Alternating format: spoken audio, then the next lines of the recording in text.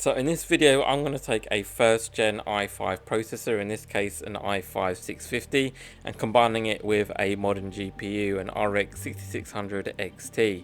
So if I had to make an analogy for this, it's kind of like taking your grandma's car from the 1960s and then taking it to a garage to add a 500 horsepower turbocharger to it. Probably not going to end well, and it's probably going to be a bit of a disaster, but I wanted to do it anyway just to see what happens. So let's do some benchmarks and get this thing built. I just want to get some things out the way with some naysayers. Yes, I do recognize it is PCIe Gen 1. There's no USB 3. There is absolutely nothing on this platform on motherboards to really enhance the performance of the graphics card, but I'm just doing it anyway. So let's get on to the build and see what that looks like. So I noticed some unique things about this motherboard. It has a built-in buzzer. So yeah, who needs an i9 when you can have that built into your motherboard? Absolutely amazing. And the other thing is a parallel port, which is something you plug into that, I guess. Yeah, it may not be useful in 2023, but probably was more useful back then. So now what I've got to do is build the PC. Hope you enjoy this segment, and then after this we'll have a look at some benchmarks.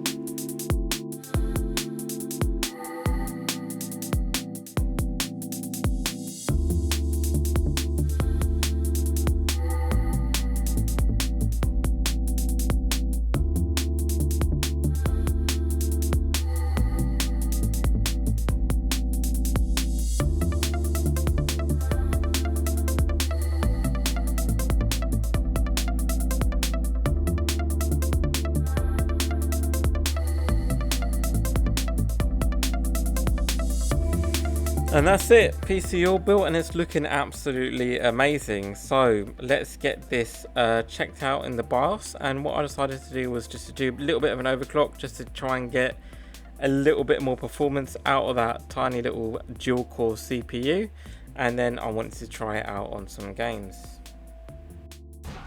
Now looking at Tomb Raider on 1080p ultra settings, and yeah, you're looking at pretty good results if you're on the cutscenes, but of course in actual gameplay it drops down to 30 to 31 FPS. Not brilliant at all, especially on a game this old. So yeah, I mean the i5 650 really isn't holding up to performing that well with Tomb Raider.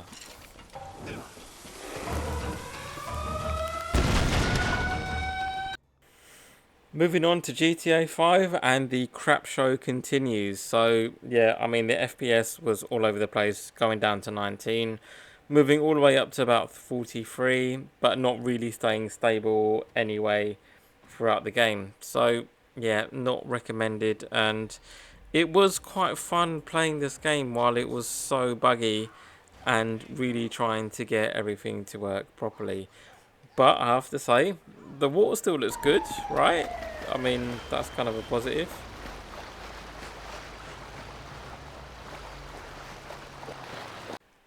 Now you're probably wondering at this point, is this combination good at anything? So trying out PUBG, and yeah, it really struggled with this as well. Again, I reckon obviously the CPU and the RAM was probably holding the graphics card back.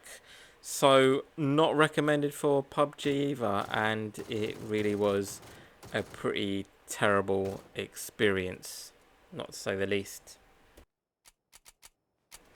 So you all must be wondering, what am I doing? Why am I trying Cyberpunk when clearly even Tomb Raider was performing pretty badly?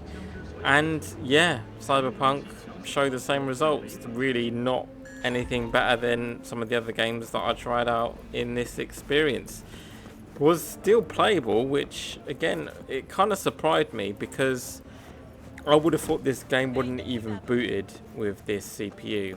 So actually, you know, running like general tasks like YouTube or browsing and things like that, it worked fine. But yeah, when you're trying to play intensive games, that's when it really starts to struggle. So I thought, let me try out Fortnite, right? I mean, this combination must be able to play Fortnite, no problems whatsoever. Well, the first issue was that I was in a bugged out lobby by myself for a while, and then Fortnite then proceeded to throw me into a game by myself. I think mainly because Fortnite realized that I was running a crackbox machine and I shouldn't be eligible to play with anyone else other than myself. So, again, a fail here for this combination.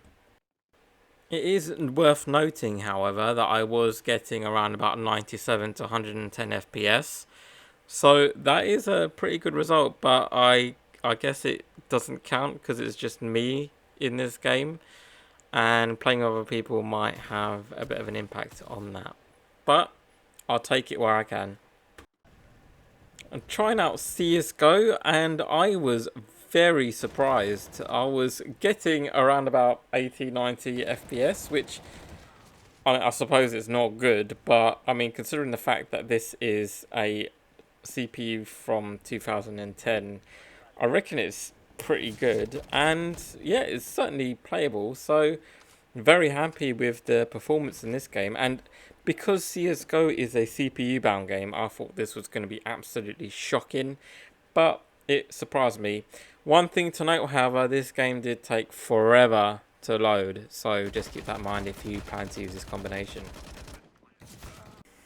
And the last game on the list is Valorant, and yeah, I mean, I suppose this game is passable. Again, the frame rates were all over the place, absolute nightmare. And then as I started to play the game a bit more, it was almost impossible to play. The dips were unbelievable and it was all over the place. So yeah, you're not really going to be able to play Valorant. So with that, there is a limit with how old a CPU you can use with a modern GPU. And I would not go as far back as the first gen i5, i7 CPUs. I think they are well past due. And you're probably looking at around about the minimum around about 4th gen, which I think will perform pretty well with a RX 6600 XT. It probably still will bottleneck it, but nowhere near as much as what you're experiencing and burning your eyeballs with in this video. So at this present time, I only have around about 500 subscribers. So if you want to help me out with making these useless videos, please like and subscribe. It really supports me in coming out with new content. And I thank you very much for watching this video, and I hope to see you in the next one. Thanks for watching.